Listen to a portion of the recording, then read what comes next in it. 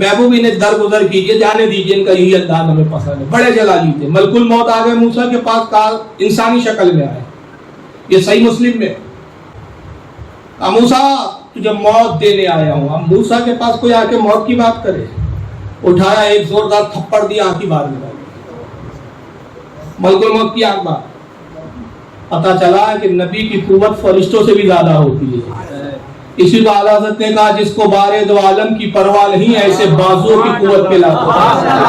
جب موسیٰ کی قوت کا یہ عالم ہے تو رسول اللہ کی قوت کا عالم ہے. آنکھ پھوڑ دی صاحب. اللہ کی بارگاہ میں کہ مولا تیرے موسیٰ کلیم نے یہ کیا ہے میرے ساتھ. آپ کس شکل میں گئے تھے؟ پروردگار انسان کی شکل میں گیا. تبھی تو موسیٰ نے دیکھا ایک انسان ہے جو دھمکی دے رہا ہے مجھے کہ میں موت دینے آیا ہوں، تو ہمارا موسیٰ کب سن کا. رب تبارک و تعالیٰ نے اپنے دست قدرت سے موسیٰ کی آنکھ کو درست کیا. کہا جاؤ اب ملکوتی شکل میں جاؤ، فرشتے والی شکل میں جاؤ. ادب سے سلام کر رہا، دور کھڑے رہے. گئے سلام کیا، دور کھڑے ہوئے. السلام علیکم موسیٰ کلیم. اچھا ملک الموت کہو کیسے آنا ہوتا. حضور میں تھا جو پہلے آیا تھا، جو آنکھ پھوڑ دی تھی آپ. اچھا تم تھے، کیوں آئے ہو؟ حضور اللہ کا حکم ہے کہ آپ کی روح قبض کرو. میں تو دنیا میں رہنا چاہتا ہوں تاکہ اس کی عبادت کروں. اللہ نے کہا کہ ملک الموت ایسا کرو ایک گائے کا بچڑا لے جاؤ کلیم کے پاس اور کہو کہ اس کے اوپر ہاتھ رکھے، جتنے بال ہتھیلی کے نیچے آ جائے اتنی اور زندگی اتنے سال. اب دیکھیے موت کو کوئی روک سکتا ہے؟ یہ نبی کی صلاحیت اور یہ نبی کا اختیار ہے. یہ اللہ نے ایسے اختیار اپنے انبیاء کو بخشے. ورنہ کسی کا موت کا وقت آ جائے تو اس کے لیے گنجائش نہیں دی جاتی. کہا کہ جاؤ موسیٰ سے کہو کہ یہ گائے کے بچڑے پہ ہاتھ رکھ کے جتنے بال آپ کی ہتھیلی کے نیچے آ جائے اتنے سال آپ اور دنیا میں رہے. گائے کا بچڑا لایا. ملک الموت نے وہی بات عرض کی. آپ نے کہا اس کے بعد تو پھر آ جائے نا. کہا ہاں مجھے تو آنا ہی ہے، میرا آنا تو طے ہے. جب آنے ہیں تو ابھی لے کر چلے. بہرحال روح قبض کر لی. تو میں ان کے جلال بتا رہا تھا کہ موسیٰ علیہ السلام کے جلال کا عالم یہ تھا کہ ملک الموت کو نہیں چھوڑا. اللہ سے اس انداز میں گفتگو کرتے تھے اور آدم علیہ السلام سے پھر کیسے انداز میں گفتگو کرتے. نبی کہتے جیسی روح پہنچی تعارف کرایا پر ملک الموت نے یہ آپ کے باپ آدم ہے. تو کہا اچھا تم ہی ہو ہمارے باپ جن کو منع کیا گیا تھا کہ گندم کا دانہ نہ کھانا. ولا تقربا هذه الشجرة فتكونا من الظالمین. کیا رب نے اتنی تاکید نہیں کی تھی؟ کھانے کی بات نہیں کی تھی. قریب بھی مت جانا. ولا تقربا قریب بھی مت جانا. قریب کیا جا کے کھا کر آ گئے؟ اگر آپ کھاتے نہیں دنیا میں آتے نہیں ہم کو آپ کی وجہ سے تکلیفیں جھیلنی نہیں پڑتی. یہ ساری تکلیفیں دنیا میں آپ کی وجہ سے جھیلنی پڑتی ہے. اگر آپ گندم نہ کھاتے جنت میں ہی ہم پیدا ہوتے تھے جنت کی نعمتیں لوٹتے. یہ سب آپ کا قصور ہے. یہ آدم سے گفتگو کر رہے ہیں. سرکار مسکرا کے کہتے ہیں کہ آدم نے ایسی دلیل دی اور ہم لفظ مناظرہ استعمال کیا. رسول اللہ نے کہا کہ جب یہ مناظرہ کیا موسیٰ نے آدم سے تو آدم علیہ السلام نے ایسی دلیل دی کہ موسیٰ خاموش ہو گئے. گویا مناظرہ موسیٰ ہار گئے آدم جیت گئے. دلیل کیا تھی؟ اے موسیٰ ناراض مت ہوئیے، غصہ مت کیجیے. کہ بتائیے آپ بھی نبی ہے میں بھی نبی. نبی ہونے کے اعتبار سے اللہ نے بھی آپ کو علم دیا ہے. اسی کو کہتے ہیں علم غیب. آپ کو بھی علم غیب دیا گیا، آپ کو بھی علم دیا گیا. آپ اپنے علم نبوت سے بتائیں کہ انسان کی تخلیق سے کتنے ہزار سال پہلے تقدیر پیدا کی گئی. کیا آپ کو نہیں پتا اس بارے؟ ہاں مجھے پتا ہے، اللہ نے مجھے علم دیا ہے. تو بتائیں پھر اے موسیٰ انسان کی تخلیق سے کتنے ہزار سال پہلے تقدیر پیدا کی؟ 7,000 سال. جب میری پیدائش ہی نہیں ہوئی، میرے پیدا ہونے سے 7,000 سال پہلے تقدیر لکھ دی گئی تو تقدیر میں یہ بھی تو لکھا گیا گندم کھائیں گے زمین پر آئیں گے. تو اے موسیٰ پھر میں قصوروار کیسے ہوا؟ اس لیے کہ گندم کھانا زمین پر جانا یہ منشاء الہی تھا، اللہ کی مرضی تھی. میں نے خطا نہیں کی، منشاء الہی کی تکمیل کی ہے. موسیٰ علیہ السلام کیونکہ خلافت کا حق زمین پر تھا. اور اللہ کے رسول صلی اللہ علیہ وسلم کی اگر حدیث کو ہم یہاں کوٹ کریں تو اس کی تائید ہوتی ہے. یہ صوفیہ کرام کیا ہے، حالانکہ اس کو کچھ جماعتیں نہیں مانتی، ہم مانتے ہیں. اس کو حضرت کیا نام ہے مطالع المسرات کتاب ہے حضرت علامہ امام محمد المہدی الفاسی کی جلال الخیرات کی شرح ہے. اعلیٰ حضرت نے اس کے بہت کتابوں میں حوالے دیے. وہ یہ حدیث قدسی نقل کرتے ہیں، اور بھی کتابوں میں آئی کہ اللہ فرماتا ہے میں ایک چھپا ہوا خزانہ تھا، میں نے چاہا کہ میں جانا جاؤں پہچانا جاؤں، میں نے اپنے محبوب کو پیدا فرمایا۔ اور جہاں بجا یہ حدیثیں آئی ہے کہ اللہ تعالیٰ نے جگہ جگہ مختلف مقامات پہ روایتیں آتی جہاں فرماتا ہے لولا لما خلقت الافلاق، اے میرے حبیب اگر تجھے پیدا کرنا مقصود نہ ہوتا میں کائنات کی تخلیق ہی نہ کرتا، تیری وجہ سے تخلیق کی ہے۔ تو حضور کو زمین پر تشریف لانا ہے، حضور کی امت کو پیدا کرنا مقصود ہے، تمام امتوں میں سب سے افضل امت رسول اللہ کی امت کو بنانا ہے، اور یہ تب ہوگا جب آدم زمین پر آئے تو نسلیں چلے، تو خلافت زمین پہ تھی، اور یہ ہوا اس کا نتیجہ کہ حضرت آدم علیہ السلام زمین پر آئے اور اللہ کی خلافت کا حق ادا کیا، خلیفۃ اللہ کہلائے، اور پھر یہ خلافت نبیوں میں جاری ہوتے رہے، ان کی اولادوں میں ہر کسی کو خلافت نہیں ملی، یاد رکھیے، صرف انبیاء کرام کو، ہر آنے والا نبی جس کو خلافت سے نوازا جاتا وہ خلیفۃ اللہ کہلاتا، اللہ کا خلیفہ، یہاں تک کہ نبی پاک صلی اللہ تعالی علیہ وسلم آخری پیغمبر مبعوث ہوتے ہیں، سرکار حقیقی خلیفہ ہے پروردگار عالم، اور جتنی نیابت کرنے والے انبیاء ہیں، جتنے خلیفۃ اللہ ہے، سب رسول کے صدقے میں بنائے گئے، یہ عقیدہ اہل سنت ہے، سرکار سب سے آخری خلیفہ، اور حضور نے پھر اس کے بعد فرمایا کہ اب میرے بعد نبوت ختم، اب نبوت نہیں ہوں گی تو خلیفۃ اللہ نہیں ہوگا، اب جو بھی آئے گا وہ خلیفۃ الرسول ہوگا، اب میرا خلیفہ ہوگا، انبیاء اللہ کے خلیفہ ہے، اور جو نبیوں کے خلیفہ ہو وہ خلیفۃ الرسول کہلاتے ہیں، اب خلیفۃ اللہ نہیں آئے گا، اب کون آئیں گے؟ خلیفۃ الرسول آئیں گے، اور پھر اس کے لیے صفتیں بتا دیا آپ نے کچھ، کہ یہ صفتوں کے جو حامل ہوں گے وہ خلافت کے حقدار ہوں گے۔ علماء اکرام نے اس پہ پھر اتفاق نقل کیا، اور اعلیٰ حضرت نے فتح رضویہ میں فرمایا کہ خلافت فضیلت سے ثابت نہیں ہوتی، افضلیت سے ثابت ہے۔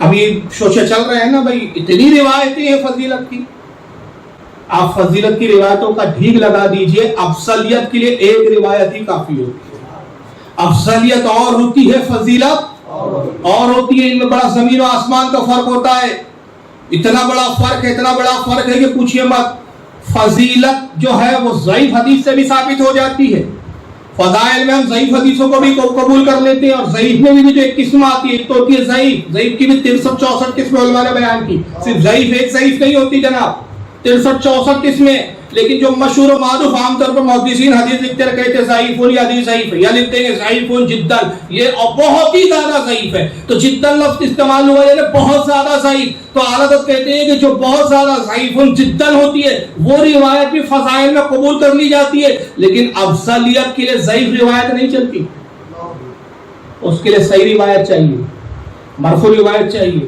اجماع امت چاہیے، قرآن سے نص سے اس کی دلیل چاہیے۔ تو ابو بکر صدیق تمام صحابہ میں سب سے افضل ہے اور پہلے خلیفہ ہے، تو وہ اس لیے پہلے خلیفہ نہیں، امام طحاوی رحمۃ اللہ علیہ کیا ہے وہ عقیدۃ الطحاویہ ان کی کتاب ہے، امام طحاوی بہت بڑے امام گزرے، فقہ حنفی کو انہوں نے بڑا فروغ دیا، اپنے وقت کے بہت جلیل وقت امام تھے، اب کبھی موقع آیا تو ان کے بارے میں بتائیں گے، ابھی موضوع نہیں ہے، پھر بات بڑھ جائے گی، بس اتنا سمجھ لے کہ امام طحاوی اہل سنت کے بہت بڑے اماموں میں آتے ہیں، اور ان کی کتاب عقیدۃ الطحاویہ عقائد کی بڑی معرکۃ العرا کتاب مانی جاتی ہے، بڑی مایہ ناز اور شورا آفاق کتاب ہے، اس کی بڑے بڑے علامہ اور مولانا نے شرح لکھی، حتیٰ کہ آپ کو تعجب ہوگا عقیدۃ الطحاویہ کی شرح ابن تیمیہ جیسے شخص نے لکھی، اس کی اتنی بھی شرح کی، اس میں فرماتے ہیں کہ ابو بکر صدیق پہلے خلیفہ ہے، اجماع ہے ہمارے اہل سنت کا، تو پہلے خلیفہ ہے اس لیے افضل ہے نہیں، جملے میں غور کرے، پہلے خلیفہ ہے اس لیے وہ سب سے افضل ہے تمام صحابہ میں، نبی کے بعد نہیں، وہ تمام صحابہ میں سب سے افضل ہے اس لیے پہلے خلیفہ ہے۔ کیا سمجھ رہے آپ؟ جملے سمجھے آپ؟ لوگ سمجھتے پہلے خلیفہ بن گئے اس لیے افضل پہ آپ نے پہلا نمبر دے دیا، اس کے بعد حضرت عمر خلیفہ بن گئے تو آپ نے دوسرا نمبر ان کا دے دیا، تیسرے خلیفہ عثمان غنی بنے تو آپ نے تیسرا ان کو دے دیا،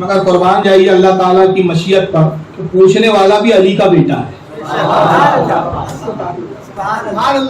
یعنی بیٹے کی اور باپ کی نگاہ 1400 سال بعد میں دیکھ رہے ہیں کون سا فتنہ اٹھنے والا ہے. پہلے ہی اس فتنے کا سر قلم کر دیا جائے.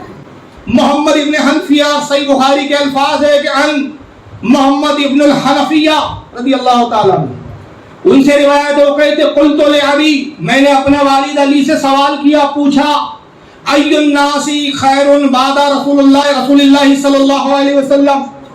میں نے اپنے بابا علی سے پوچھا یہ محمد ابن حنفیہ کون ہے. انشاءاللہ واقعات کربلا میں ان کا تذکرہ آئے گا تو میں ان کی شخصیت پہ بھی روشنی ڈالوں گا کہ محمد ابن حنفیہ کون ہے.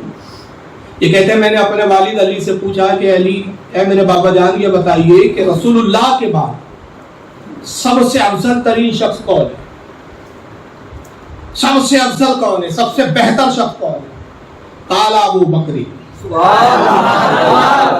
علی ایک لمحہ بھی ہچکچائے نہیں، ایک لمحہ سوچا نہیں، غور و فکر نہیں کیا، بے ساختہ کہا کہ بیٹے رسول کے بعد اگر سب سے افضل ہے تو ابو بکر ہے.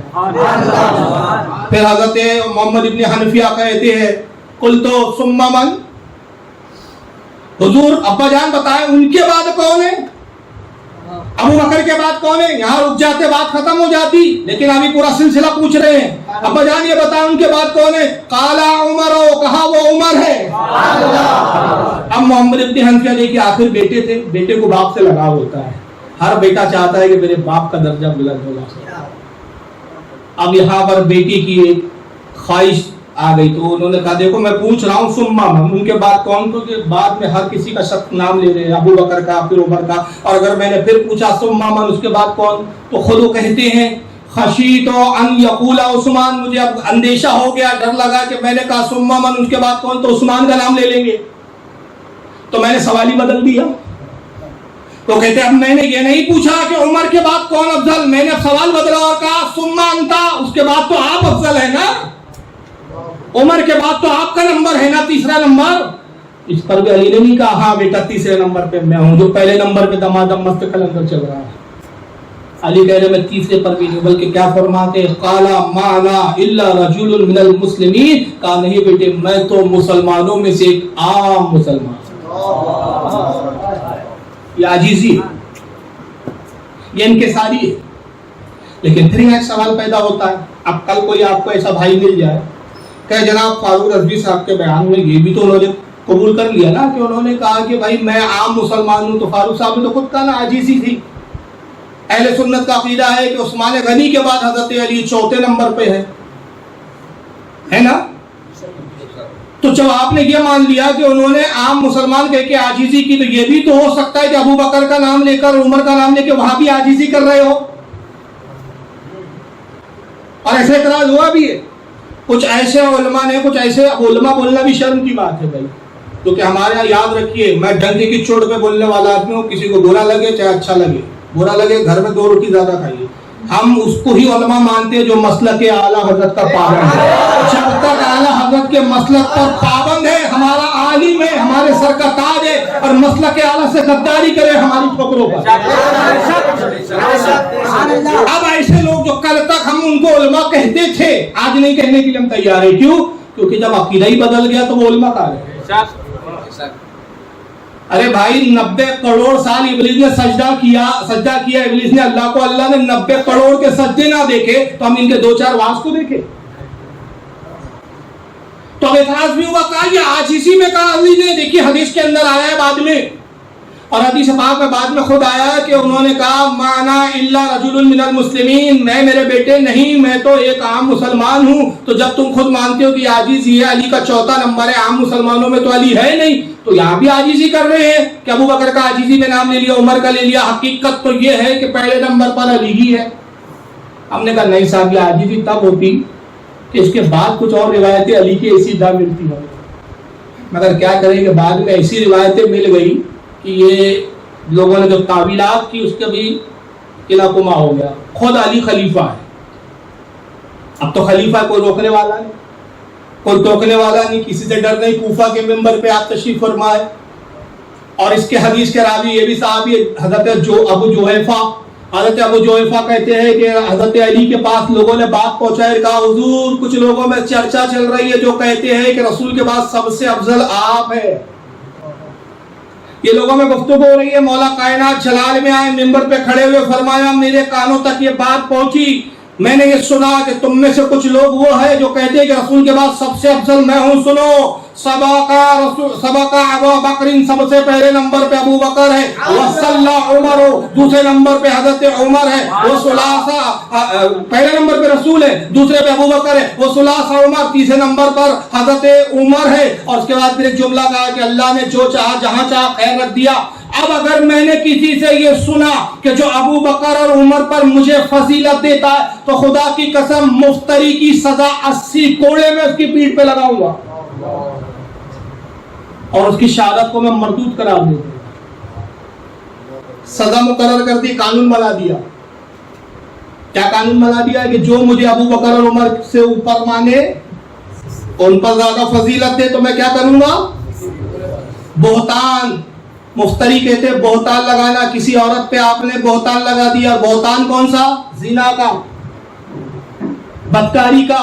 اور وہ ثابت نہ کر سکے تو سزا کیا ہے شریعت میں؟ 80 کوڑے مارے جائیں گے. تو حضرت علی فرماتے وہ والی سزا دوں گا میں، 80 کوڑے والی. مجھے بتائیے اگر عاجزی ہے تو پھر کوڑے کیوں مار رہے ہیں؟ تو پتہ چلا کہ ہاں وہ عاجزی میں نہیں ابو بکر عمر کا نام لیا تھا، بلکہ عقیدہ اہل سنت کی مولا کائنات نے ترجمانی کی. اور جب کسی نے رسول کے ہی زمانے میں خلافت کا یا نبوت کا جھوٹا دعویٰ کیا، علی نے یہ سزا دے دی. یہ علی نے سزا سنائی کہ جو ابو بکر و عمر کی خلافت کا منکر ہو ان کو افضل نہ جانے، 80 کوڑے کا مستحق. اور رسول نے اپنے زمانے میں ایک سزا سنا دی کہ خلافت اللہ کی، خلیفت اللہ کا منصب مجھ پر ختم ہو گیا، اب میرے بعد کوئی نبی نہیں. اگر میرے بعد کوئی نبوت کا دعویٰ کرے واجب القتل ہے. اور اس کو پریکٹیکل کر کے دکھایا بھی گیا.